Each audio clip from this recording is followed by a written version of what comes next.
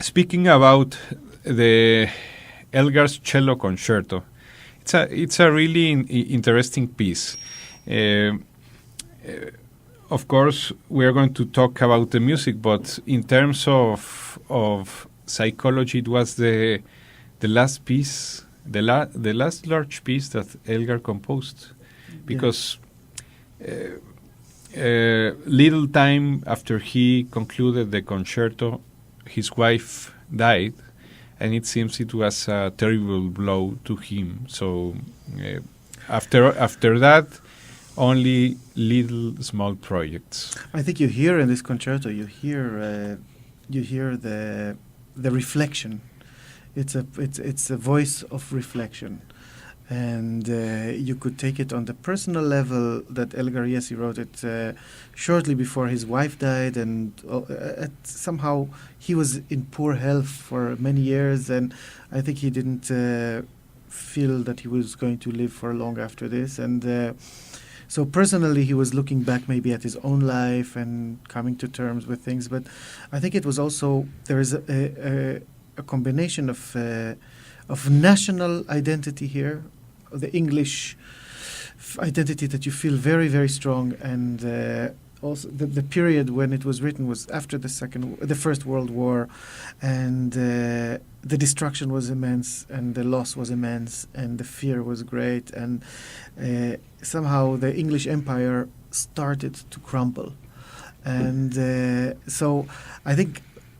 And he was a composer of the empire, after all. Absolutely, absolutely. So I think there is a combination of the personal and the national here, but everything is kind of looking back at older times, and having a sense of sadness about things that are no longer here. So the first moments which we just heard are so sad and so poignant. They really immediately feel like you're missing something very important. And in a sense, it is this first movement that's the most famous part of the work. It colors the whole piece, I think, because also it comes back in the last movement again, and it somehow, I think that's what stays with us after the performance or the listening. If you go through the four movements of this piece, so the second movement is very, very short, and it is joyful. It's a scherzo.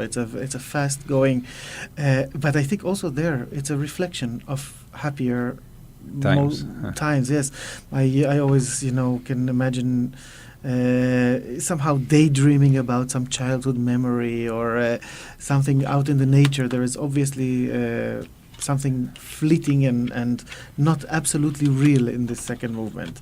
So we go from somehow this national nostalgia, like you said, to some more personal, and then the third movement, which is also not so long. It's a slow movement, but it's almost a miniature slow movement, and that's where the real personal. That's his most personal statement. That's almost an intimate moment. I think that's. And speaking of chamber music, the interaction there with the orchestra is really very, very close and very, very. You play inside the orchestra and emerge outside just occasionally. It's really one of the most beautiful effects that Elgar managed to create there. This kind of part of the orchestra, and then you come out of it, and again part of the orchestra. So it's that's the intimate part, and then the last movement, the conclusion of it, is again, I think, more nationally. What's your assessment of this movement? I have talked with other cellists, and they seem to say that this movement is not of the standard of the previous three, but I think that if you look at perhaps as a whole structure with all those themes about the past, about nostalgia, exactly. well, then perhaps it comes together, no? Exactly. You have to think about the last movement. if you think exactly about the last movement, it's an entity in itself. It starts with a grandiose theme, slow theme, where the cello comes in as this kind of a protagonist, saying something very, very. Again, I think it's the nationalistic or nationalistic. It maybe it's bigger than life. It's not a personal statement, and then it goes into something energetic and virtuosic. And what happens towards the end is this kind of it's a train wreck. Suddenly the music stops, and it's as if the composer, I think maybe, is trying to finish this concerto on an energetic, wanting to make his public happy with an energetic last movement. But his inner self, the true feeling that he has, makes him write yet another slow movement. In the last movement, there is yet another style. And if you look at the score, it says, a little slower, and then yet more slower, even slower, until it's very slow, and then even slower, and it just dies at the end.